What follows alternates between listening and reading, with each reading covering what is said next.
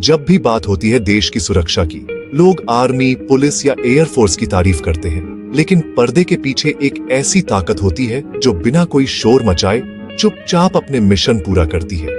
यह वो लोग होते हैं जिनका नाम ना अखबारों में छपता है, ना टीवी पर आता है, पर इनका काम इतना बड़ा होता है कि एक गलत कदम देश को तबाह कर सकता है। आज हम बात कर रहे हैं भारत की सबसे ताकतवर और सीक्रेट एजेंसी रॉ यानी रिसर्च एंड एनालिसिस विंग की। एक ऐसी एजेंसी जिसने पाकिस्तान से लेकर श्रीलंका, नेपाल से लेकर बांग्लादेश और अफगानिस्तान तक भारत के दुश्मनों को घुटने टेकने पर मजबूर कर दिया। आज की वीडियो में हम जानेंगे रॉ के कुछ अल्ट्रा सीक्रेट मिशंस जो कभी पब्लिक में नहीं आए, लेकिन उन्होंने भारत को बचा लिया। रॉ का जन्म कैसे हुआ? 1962 में भारत को चीन से युद्ध में हार का सामना करना पड़ा। फिर 1965 में पाकिस्तान के साथ दूसरा युद्ध हुआ। इन दो घटनाओं ने भारत सरकार की आंखें खोल दी कि हमारे पास एक स्ट्रॉन्ग एक्सटर्नल इंटेलिजेंस एजेंसी नहीं है। 1968 में तत्कालीन प्रधानमंत्री इंदिरा गांधी ने एक सीक्रेट ऑर्डर के जरिए रॉ की स्थापना की। पहले इसके डायरेक्टर बने रामेश्वर नाथ काव, जो खुद एक मास्टरमाइंड थे। रॉ को सिर्फ एक ही मिशन मिला, protect India strategic interests at any cost using any method. Mission 1, Bangladesh की आजादी। रॉ की सबसे बड़ी जीत 1971। शायद ही कोई जानता है कि 1971 में बांग्लादेश की आजादी के पीछे सबसे बड़ा हाथ रॉ का था। पूर्वी पाकिस्तान, जो आज का बांग्लादेश है, वहां पाकिस्तान की आर्मी जनता पर अत्याचार कर रही थी।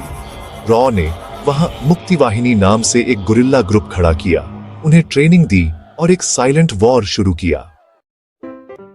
इस ऑपरेशन को रॉ ने इतनी चुपचाप और सफाई से किया कि पाकिस्तान को समझ ही नहीं आया कि उनके अंदर से ही लोग विद्रोह क्यों कर रहे हैं। इसके बाद रॉ ने इंडियन आर्मी को सही टाइम पर सही इंफॉर्मेशन दी और पाकिस्तान की आर्मी को घुटनों पर ला दिया। इसे कहते हैं बिना बुलेट चलाए युद्ध जीतना। Mission 2, operation cactus. 1988 में श्रीलंका में रॉ का एक्शन। 1988 में मालदीव में एक मिलिट्री कूप होने वाला था। मालदीव ने भारत से मदद मांगी। रॉ ने तुरंत सिचुएशन को समझा और 9 घंटे में एक ब्लिट्स ऑपरेशन किया, जिसे ऑपरेशन कैक्टस कहा जाता है। भारतीय पैरा जंपर्स ने मालदीव में उतरकर आतंकवादियों को धर दबोचा। अगर रॉ तुरंत अलर्ट न होती तो मालदीव पर कंट्रोल किसी और का हो जाता। Mission 3, operation smiling Buddha. 1974, nuclear test की सीक्रेसी। 1974 में भारत ने पहला परमाणु परीक्षण किया था और चौंकाने वाली बात यह है कि CIA को इसकी भनक तक नहीं लगी। रॉ ने इस मिशन को इतना गुप्त रखा कि अमेरिका जैसे सुपर पावर को भी शक नहीं हुआ कि भारत अंडरग्राउंड न्यूक्लियर टेस्ट करने वाला है। इस मिशन की कोडनेम थी स्माइलिंग बुद्धा। यह रॉ की सबसे बड़ी कूटनीतिक जीत थी, क्योंकि अमेरिका लगातार भारत की जासूसी कर रहा था। Mission 4, operation Chanakya. कश्मीरी आतंकवाद में घुसपैठ। 90s के दशक में कश्मीर में आतंकवाद अपने चरम पर था। ISI वहां आतंकी फैला रहा था। रॉ ने ISI के अंदर अपने एजेंट्स प्लांट कर दिए।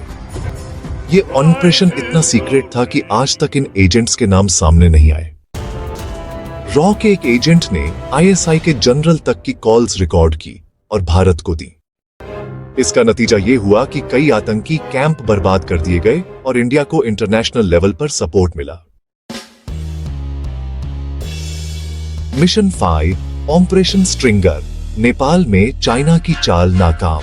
चीन नेपाल के जरिए भारत की सीमाओं में घुसपैठ करना चाहता था। रॉ ने नेपाल में एक नेटवर्क खड़ा किया और चीन के स्पाइस को पकड़वा दिया। इसी दौरान रॉ ने नेपाल के अंदर भारतीय हितों की सुरक्षा के लिए कई सीक्रेट डिप्लोमेटिक डील्स करवाई, जिनका फायदा आज तक भारत को हो रहा है।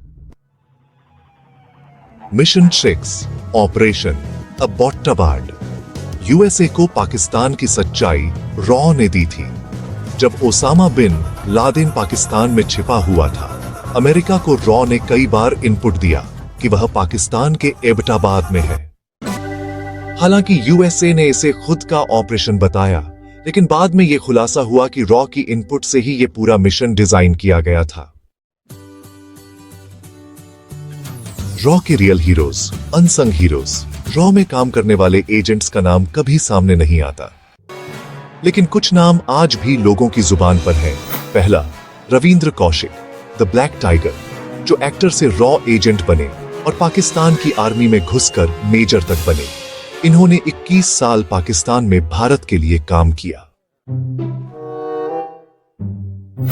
दूसरा नाम है कर्नल बलबीर सिंह, जो बांग्लादेश मुक्ति संग्राम के मास्टरमाइंड थे।